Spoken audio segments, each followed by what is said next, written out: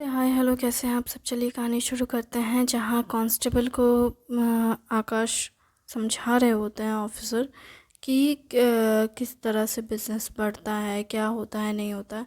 तो वो कहता है कि सर मुझे इतना सब समझ नहीं आता, और सच कहूँ तो हमें बस इतना पैसा चाहिए जितना कि मतलब हमारा घर चल सके, हमें अच्छे से भर पेट खाना मिल सके, हमारी ज़रूरतें पूरी हो जाए, इतना काफ़ी है हमारे लिए।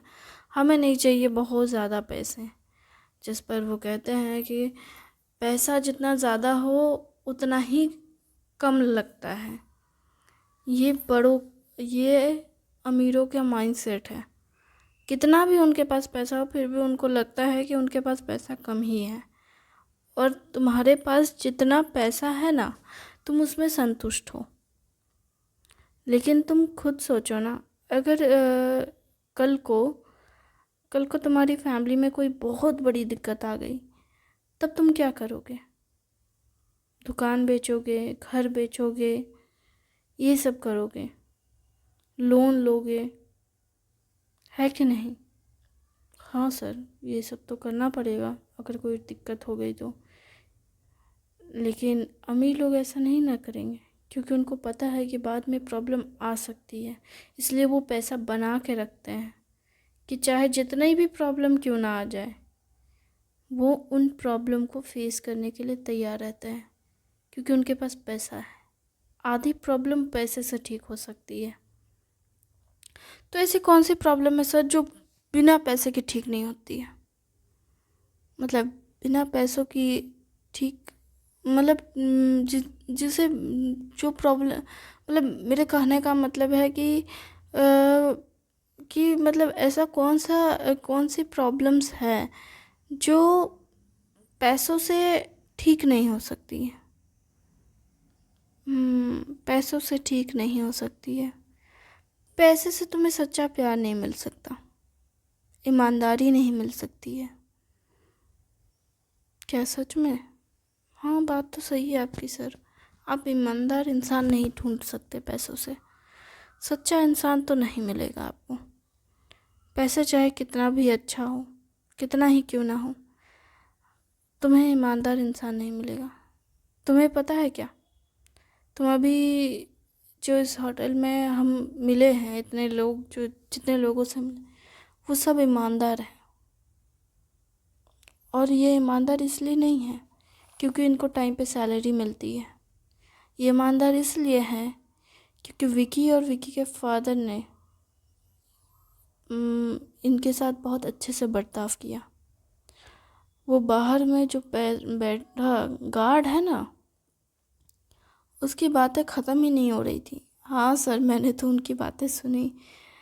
तो ऐसे वक्त में कोई अमीर आदमी खड़ा हो जाता ना, तो वो उनके लिए देवता हो जाता है। ऐसा क्यों है पता है? क्यों?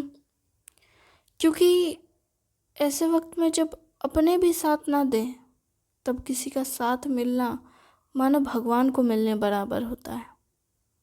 जैसे खुद भगवान चलकर आ गए आपकी मदद करने। इसलिए ऐसे लोग पूरी ज़िंदगी उस इंसान की पूजा करने लगते हैं। वो सोचते समझते नहीं है ज़्यादा कि हाँ वो तो इंसान है, वो बस वहाँ मौजूद था और इसलिए उन्होंने बस मदद कर दी इंसानियत के नाते। नहीं, वो उन्हें पूजने लगते हैं। ऐसा क्यों सर? इसमें बहुत बड़े रीज़न्स ये है कि हमारे देश में एजुकेशन तो है, लेकिन एजुकेशन से ज़्यादा बुद्धि नहीं है। क्या मतलब सर? मतलब मैंने ऐसे कई लोगों को देखा है जो सवाल नहीं करते। आखिर क्यों हम उस आदमी के पीछे घूमें? ठीक है, वो अच्छा काम कर रहा है, अच्छे मुकाम पर है, आई रिस्पेक्ट इट। मतलब उसकी इज्जत करो, उसका सम्मान करो, उससे सीखो, खुद को बेहतर बनाओ। लेकिन उसकी पूजा करना बहुत बहुत ज़्यादा बेकार आदत हो जाती है। और ऐसे हमारे देश में ऐसे बहुत लोग मिलेंगे तुम्हें जो ना किसी को भी भगवान मान लेते हैं, राह चलते किसी को भी। अपनी खामियों को दूर करने के बजाय वो एक मज़बूत इंसान का सहारा ले लेते हैं, जो बिल्कुल भी सही नहीं है। हाँ ठीक है, वो मज़बूत है तो आप भी मज़बूत बनिए ना। पर नहीं, लोग मज़बूत बनने से ज़्यादा किसी के सहारे रहना पसंद करते हैं। सहारे किसी के भी रह सकते हैं, वो किसी के भी, ज़रूरी नहीं कि वो सिर्फ भगवान के भरोसे रहें। वो हर किसी के सहारे पे चलने लगते हैं और यहीं वो गलत होते हैं। तो क्या सर किसी का भरोसा नहीं करना चाहिए? नहीं, भरोसा तो करना ही चाहिए। हम इंसान हैं, एक दूसरे के भरोसे ही तो जीते हैं। अगर हम सोचेंगे कि हम हर काम खुद से कर सकते हैं तो ये तो बेवकूफ़ी है ना। हम हर काम एक अकेले नहीं कर सकते, कुछ काम मिलकर किए जाते हैं। और सच कहूँ तो दूसरों के साथ मिलकर काम करने से जल्दी काम ख़त्म होता है। वो गाना है ना, साथ ही हाथ बटाना, तो उसी तरह से अगर एक दूसरे का हाथ पकड़ कर काम किया जाए तो वो अच्छे से होता है। लेकिन ये बात बहुतों को नहीं समझ आती कि उसने मुझ पे कोई मेहरबानी नहीं की, उसने बस मेरी मदद की क्योंकि मैं उसके काम का हूँ। जब मैं काम का नहीं रहूँगा तो एक दिन वो मुझे लात मार के बाहर फेंक ही देंगे, और नहीं भी फेंके तो भी वो मुझ पे तरस खाकर मुझे रख रहे हैं, ना कि इसलिए क्योंकि वो मुझसे क्योंकि वो मेरी मदद करना चाहते हैं या उन्हें मेरी बहुत ज़्यादा ज़रूरत है। जब तक इंसान ये चीज़ें समझेगा तब तक उसकी उम्र ख़त्म हो जाती है। आधे से ज़्यादा लोगों को उम्र ख़त्म होने के बाद भी नहीं समझ आती। वो मर रहे होते हैं तब भी वो ये बात नहीं समझ पाते कि उनका यूज़ किया गया है, उनका इस्तेमाल किया गया है अपने आप को बेहतर बनाने के लिए। तो हम क्या हैं सर? हम भी उनमें से हैं जिसका इस्तेमाल किया जाता है। फ़र्क इतना है कि हम में से बहुत सारे लोगों के पास इतना दिमाग आ गया है कि वो इस्तेमाल होने के बजाय इस पावर का अपने हिसाब से इस्तेमाल करने लगते हैं और वो करप्शन की राह पर चलते हैं। खैर, ये बात तो सभी को पता है कि वो कितने करप्ट हो जाते हैं ऐसे लोग। लेकिन हम जो कर सकते हैं वो है अपने लिए काम करना और दूसरों के लिए काम करना। तो क्या ये गलत है? अरे गलत ही गलत है। अच्छा, फिलहाल तो हम स्टेशन पहुंच गए, अब मुझे ब्रश करने दो। सर क्या हम आपको घर छोड़ दें? अरे भाई, हमारा घर यहीं से तो 4 कदम की दूरी पे है, पैदल चल देंगे। थोड़ा शरीर में थोड़े तो सुस्ती आ जाए, मतलब सुस्ती चला जाए, और क्या पता थकान और जितना है थकान से थोड़ी सुस्ती और आ जाएगी तो नींद भी आ सकती है। तो आपको सुस्ती चाहिए कि नींद चाहिए? अरे तुमको कुछ भी समझ लो तुम, हमको तो अभी कुछ नहीं समझ आ रहा है। बस इतना पता है कि बस आराम करने को मिल जाए, भयंकर नींद आ रही है। और इतनी बातचीत करने के बाद तो बस एक ही चीज़ सूझ रही है कि जाएं घर पे, थोड़ा फ्रेशन अप हो, एक प्यारा सा नाश्ता जो मिला है मुझे ये खाएं और फिर बिस्तर में जाके घोड़े बेच कर सो जाएं। क्या सर, आपको इतना नींद प्यारा है? हाँ, नींद किसको प्यारा नहीं होता है, नींद सबको प्यारा होता है। तुम्हें सोने को नहीं मिला या फिर तुम शायद रात में सो चुके हो। मैं तो अंदर था, काम कर रहा था, क्या पता तुमने नींद मारी है। नहीं नहीं सर, मैंने नींद नहीं मारी। अगर नींद नहीं मारी तो इतनी फ्रेश क्यों हो? क्या रीज़न है तुम्हारे? क्या तुमने कुछ ऐसा खाया पिया है जो मुझे नहीं पता? ज़रा हमें भी तो बताओ तुम्हारी ताजगी का राज, ताकि हम भी अपना ख्याल रख सकें उसी तरह जिस तरह तुम अपना रखते हो। बिना सोए बिना खाए पिए कैसे इतनी एनर्जी रहती है? नहीं सर, ऐसा कुछ नहीं है। वो मन ही मन सोच रहा है कांस्टेबल कि सर जब वो कांस्टेबल याद करे, सोच रहा होता है अपनी यादों के भंवर में खोकर कि जब सर काम कर रहे थे तब वो नींद मार रहा था। सच में उसे एक स्टाफ मेंबर वेटिंग रूम की तरफ ले गई और वो वेटिंग रूम में जा कर के सो गए।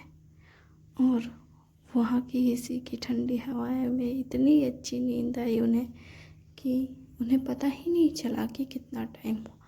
वो याद करते हैं कि कैसे वो हड़बड़ाते हुए उठते हैं और अपनी घड़ी को देखते हैं। अपने हाथ घड़ी की टिक टिक की आवाज़ सुनकर जब वो जागते हैं और घड़ी को एकदम चौकन्ने होकर देखते हैं समय को, तो देखते हैं कि सुबह के 5 बज गए हैं।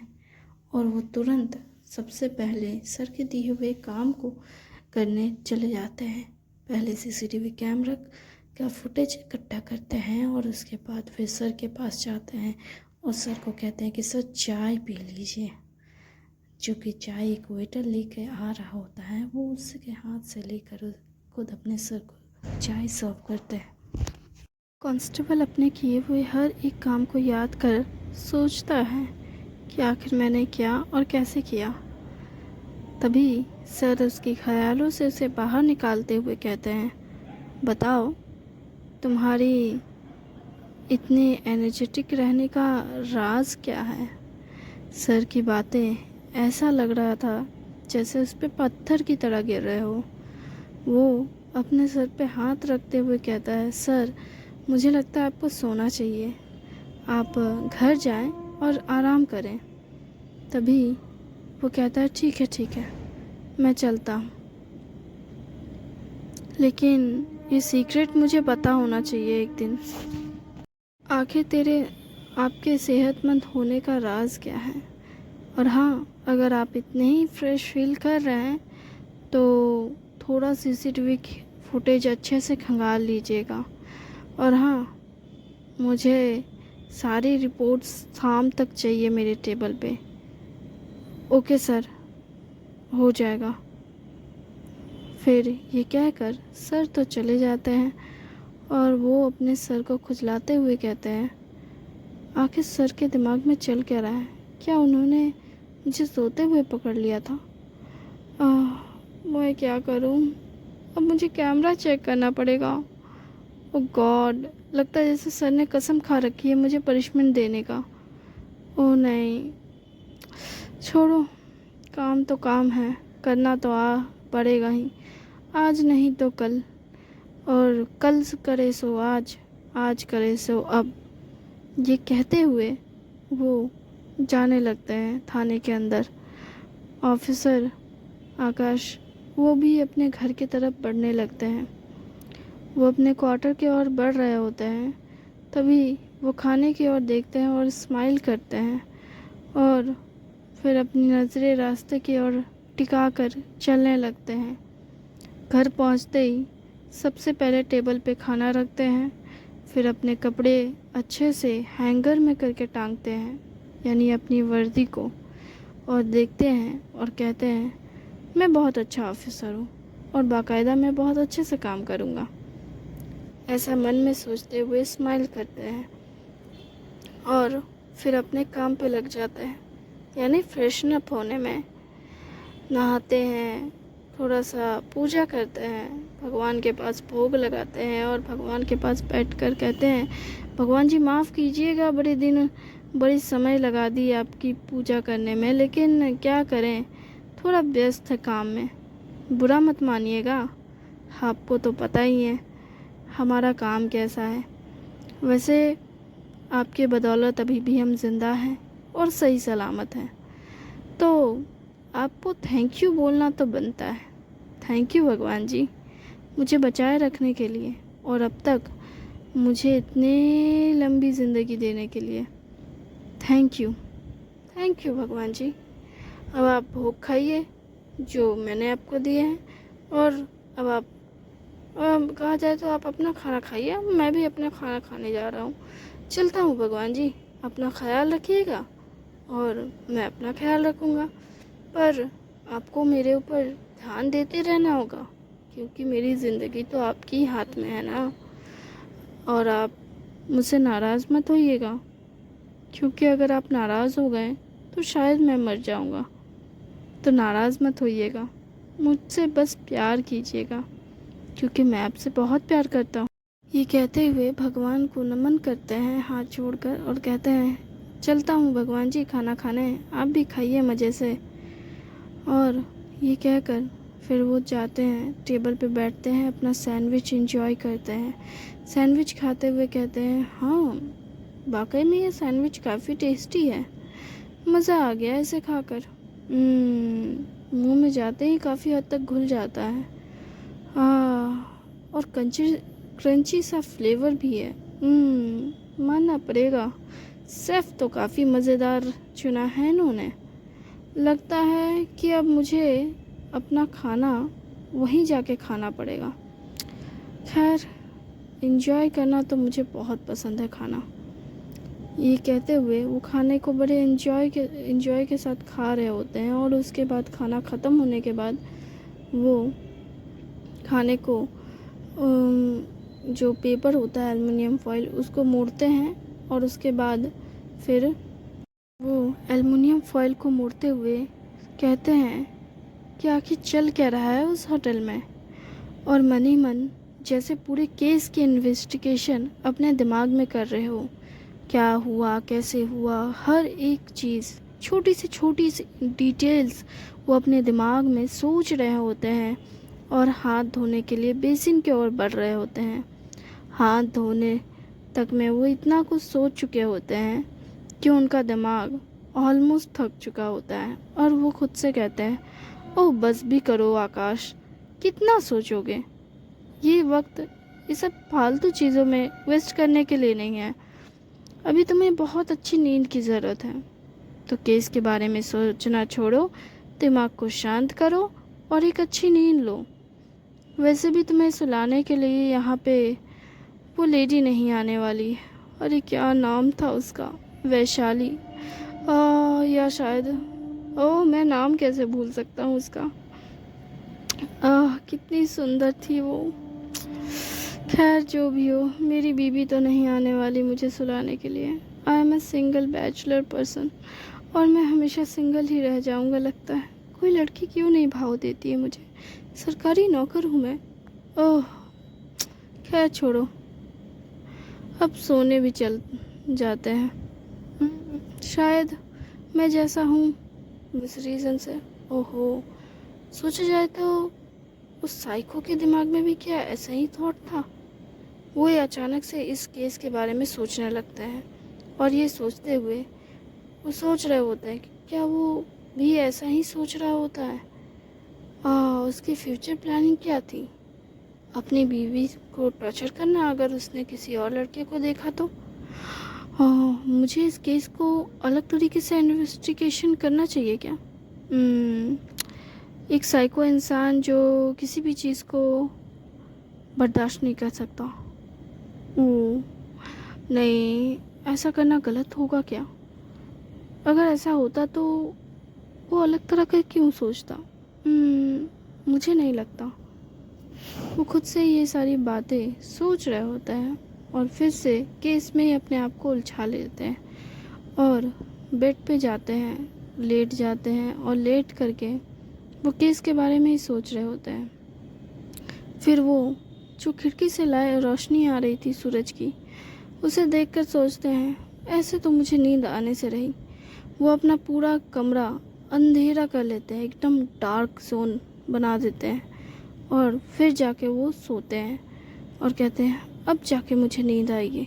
ओह, वैसे इस वक्त में कोई मुझे मारने आएगा तो शायद मैं मर ही जाऊं। वैसे एक खूबसूरत हसीना है, ख्वाब में तो मज़ा आ जाएगा, मरने में भी बुरा नहीं लगेगा। वो ये बड़बड़ाते हुए अपनी आंखें बंद करते हैं। बाय द वे, मेरी तबीयत थोड़ी सी ख़राब है और साथ में मेरे फ़ोन का स्क्रीन टूट गया था, तो अभी रिपेयर करके आया है। तो काफ़ी टाइम से मैंने वीडियोस नहीं दिए हैं। ऐसा नहीं है कि मैंने कोशिश नहीं की, पर एक्चुअली में काफ़ी चीज़ें हो रही है, तो इसलिए मैं आपसे माफ़ी चाहती हूँ। और थैंक यू, आपने मुझे इतना सुना, अपना कीमती समय दिया। धन्यवाद। आपको कहानी पसंद आ रही होगी और आप मुझे कमेंट करके बताइएगा कि आपको नेक्स्ट कैसी कहानी चाहिए।